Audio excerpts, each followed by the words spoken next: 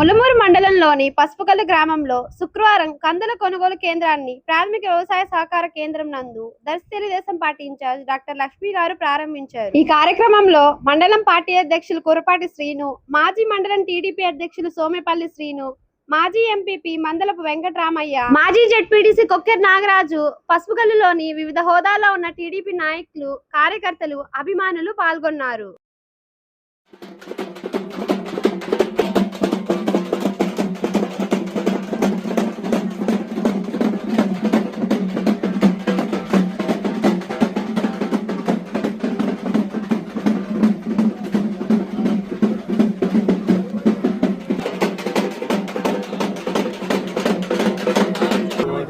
మూడు గిట్టాలు అయ్యేసరికి ఎడదాకా రావాలి.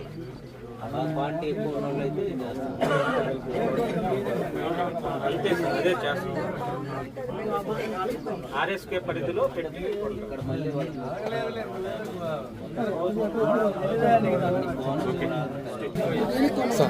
యూనిఫామ్ అంటే ఆడుంది.